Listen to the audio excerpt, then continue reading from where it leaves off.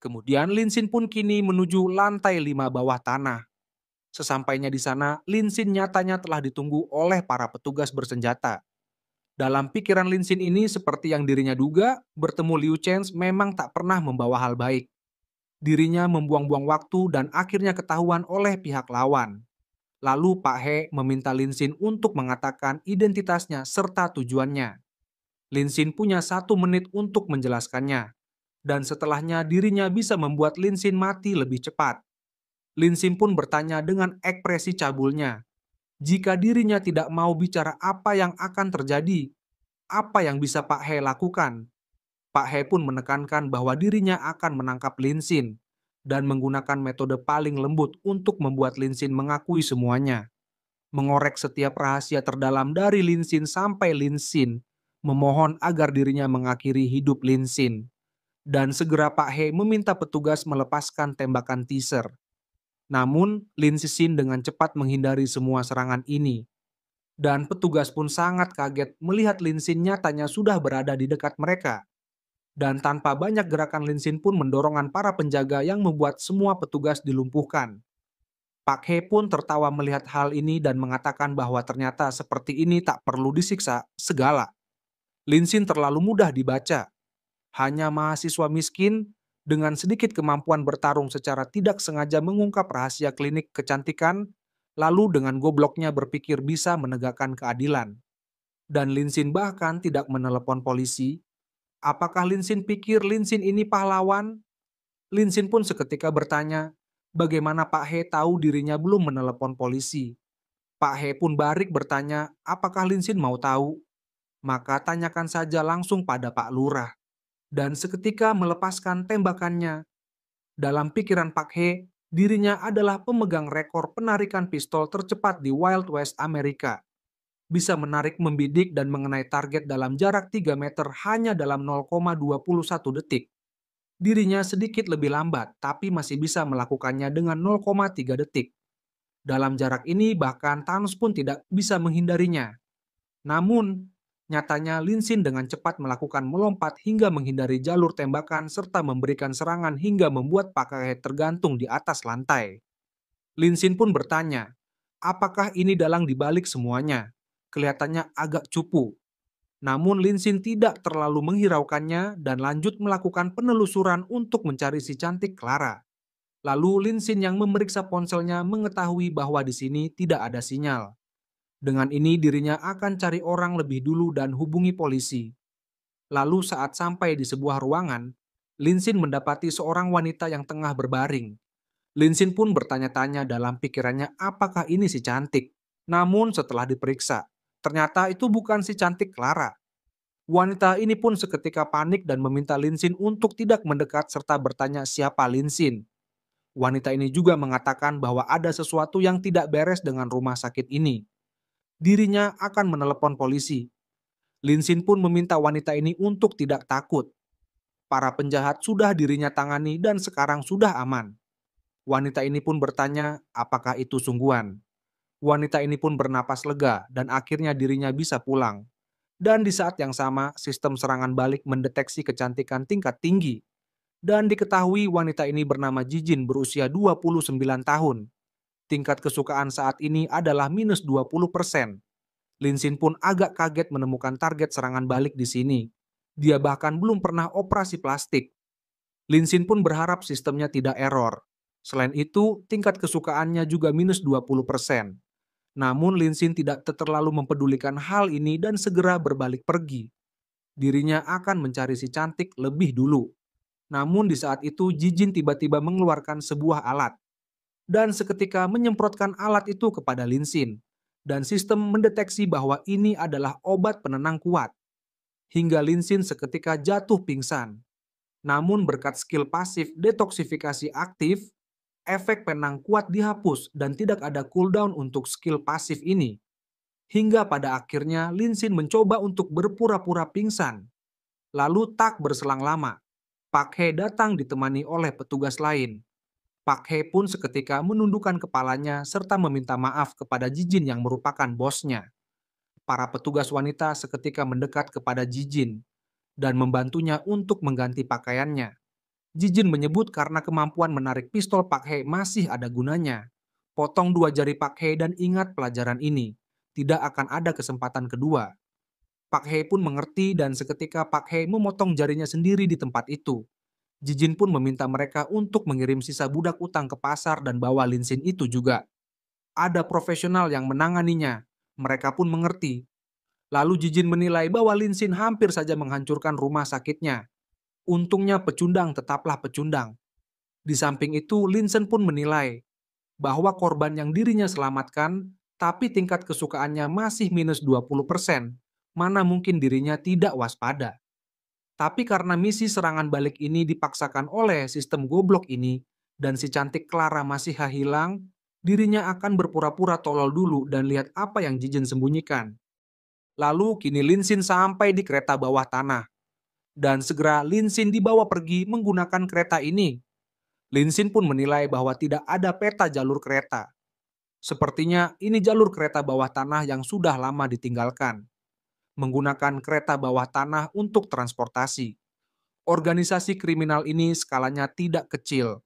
Lalu saat sampai di tujuan, para pasukan bersenjata sudah berjaga di tempat ini. Linsin pun menilai dengan kereta khusus ini. Penjaga bersenjata organisasi sebesar ini dengan klinik kecantikan gelap ini benar-benar tidak sederhana. Makin lama makin menarik.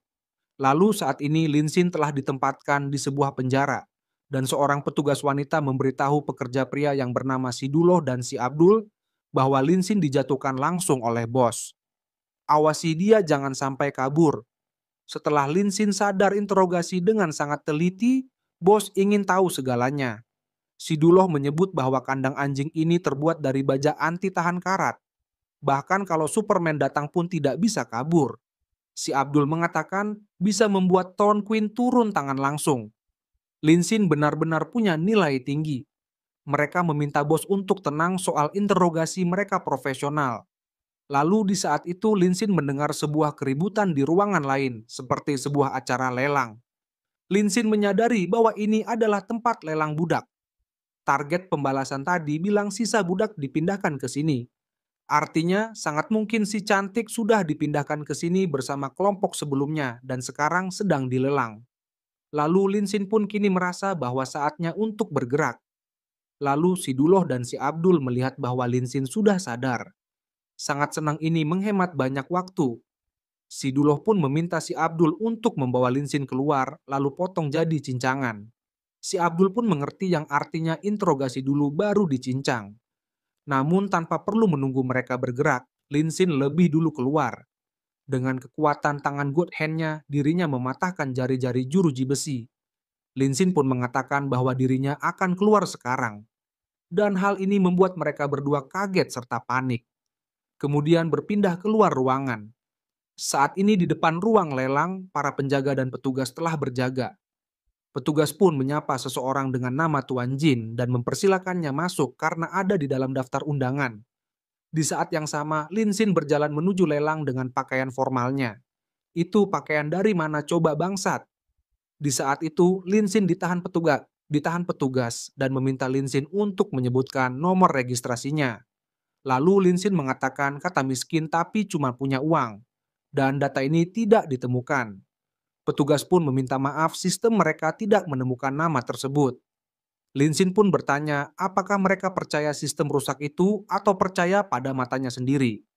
Saat Linsin menempelkan kartunya, sistem menyebut bahwa ini adalah kartu Black Gold Supreme, level 1. Mereka pun kaget mengetahui bahwa itu kartu tertinggi Black Gold Supreme. Petugas menyebut bahwa pemilik kartu ini harus punya kekayaan minimal 50 miliar agar bisa mendapatkannya. Mereka pun meminta maaf dan menyebut sistem komputer mereka rusak dan merusak suasana dan mereka sangat menyesal serta mempersilahkan Linsin masuk. Kemudian di ruang lelang, pembawa acara pun kini menyambut para tamu yang sudah hadir dan selanjutnya adalah mereka akan menyambut barang nomor 6 dan 7. Dan segera pembawa acara meminta petugas membawa barang naik ke atas panggung. Pembawa acara menyebut bahwa ini saatnya sesi lelang yang paling disukai para tamu. Dari 2 barang ini hanya yang harganya tertinggi yang akan dijual. Yang kalah akan keluar dengan penuh penyesalan. Linsin pun mengetahui bahwa mengapa ini tidak ada panggung belakangnya. Ternyata panggungnya naik dari bawah tanah. Sebelum menemukan pintu masuk ke bawah demi keamanan si cantik, dirinya akan mengamatinya saja lebih dulu. Lalu pembawa acara menyebut bahwa harga awal adalah 3 juta. Angkat tangan kiri untuk nomor 6 dan tangan kanan nomor 7. Dan sekarang lelang dimulai. Para pria yang tergoda dengan kecantikan wanita ini seketika mulai mengacukan penawaran.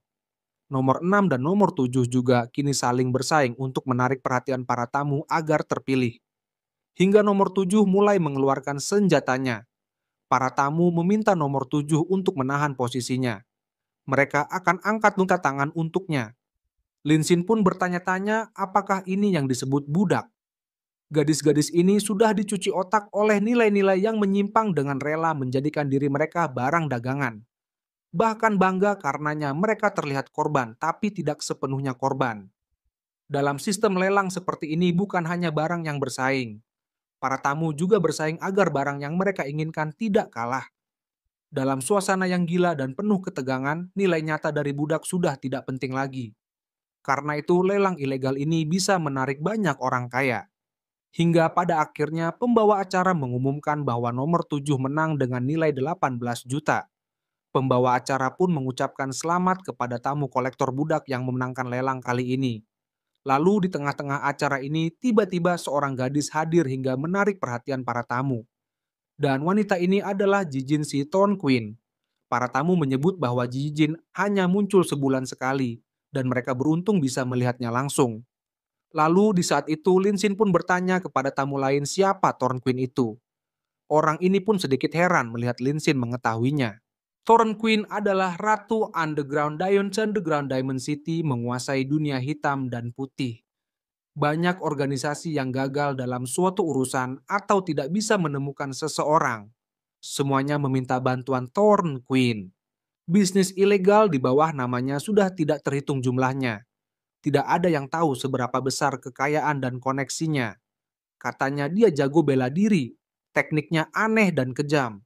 Semuanya teknik membunuh, tapi semua orang yang pernah bertarung dengannya sudah mati. Jadi tidak ada yang tahu kebenarannya. Dirinya dengar Jijin orang yang sadis. Kalau bawahannya salah, hukumannya sangat berat dan tidak pernah sama. Lalu Jijin pun mengatakan kepada semua tamu bahwa sepertinya mereka tahu bahwa lelang mereka tidak pernah mengecewakan. Lelang pamungkas berikutnya akan jadi yang paling penuh konflik. Jijin pun seketika mengeluarkan nomor 8, perawat dari girl group Magic Academy. Istri orang alami belum pernah operasi. Karena dia tahu hal yang tidak seharusnya diketahui, maka dirinya menyuntiknya dengan jarum boneka yang baru dikembangkan. Sekarang dia dalam kondisi setengah boneka. Linsin yang melihat hal ini sangat kaget. Si cantik Clara dijadikan barang lelang.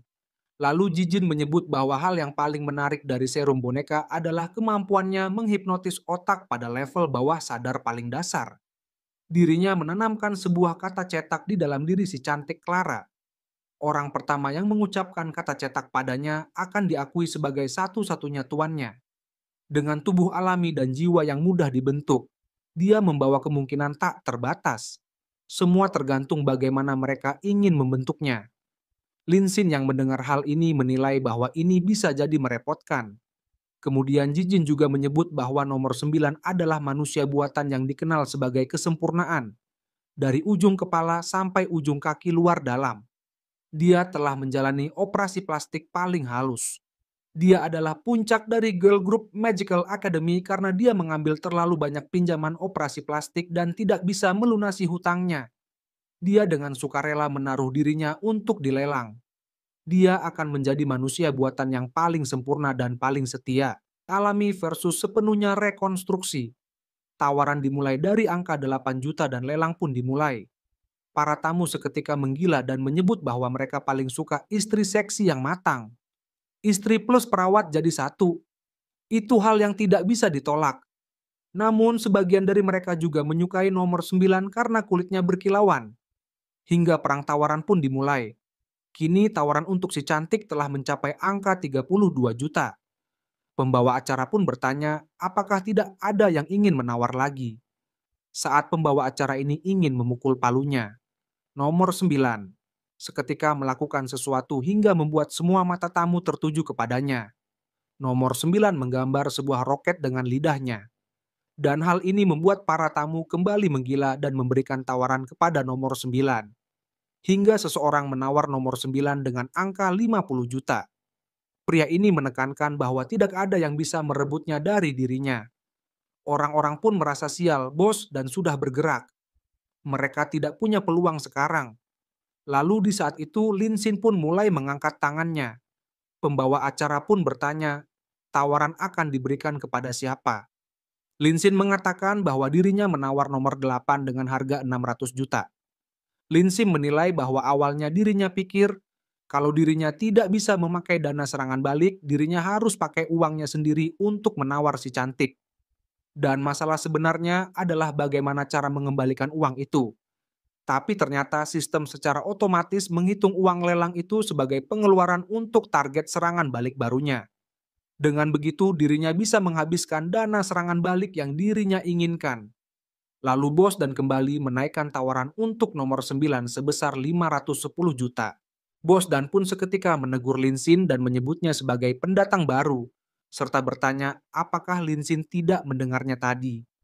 Kalau dirinya menginginkan sesuatu, tidak ada yang berani menawar lebih tinggi dari dirinya. Dalam pikiran Lin Xin ini benar-benar pantas disebut Yao City. Di tempat lain mengeluarkan 500 juta pasti membuat semua orang kabur.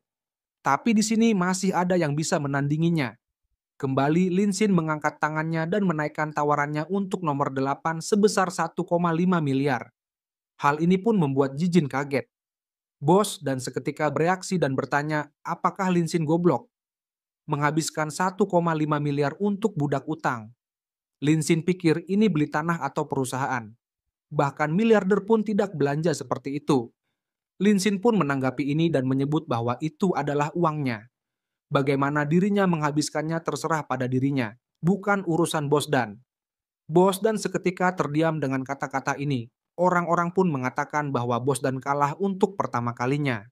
Lalu saat pembawa acara ingin mengetuk palunya, pembawa acara mengatakan kepada Lin Xin bahwa tawarannya adalah yang tertinggi sepanjang sejarah lelang mereka. Pembawa acara bertanya, apakah Lin Xin benar-benar yakin? Sekali palu diketuk, pembayaran harus lunas, tidak ada cicilan yang diperbolehkan. Lalu tanpa babi bu bebo, Lin Xin seketika melempar kartu pembayarannya, hingga kartu ini menempel di kursi Jijin. Lin Xin menyebut bahwa kenaikan kecil seperti ini membuang waktunya. Segera ambil uangnya dan serahkan nomor 8 kepadanya. Orang-orang pun menyebut Lin Xin benar-benar berani tidak menghormati Turn of Queen. Lin Xin pasti akan menghadapi balas dendam. Jika kartunya tidak memiliki uang sebanyak itu, dia akan tamat. Mereka pun bertanya, apakah Lin Xin orang goblok atau sedang mencari mati menghabiskan sebanyak itu untuk budak utang. Lalu saat pembawa acara menggesek kartunya, nyatanya saldo kartu itu berisi 20 miliar. Dan hal ini membuat semua orang kaget. Pembawa acara segera mengucapkan selamat kepada Lin Xin. Kecantikan nomor 8 ini sekarang miliknya. Orang-orang pun kini seketika mulai mencari muka terhadap Lin Xin serta memujinya. Dan seorang wanita bahkan meminta saling tukar kontak. Mungkin mereka bisa bekerja sama dalam bisnis. Namun Lin Xin hanya berjalan tanpa menghiraukan mereka. Dan berjalan menuju panggung untuk menjemput si cantik Clara.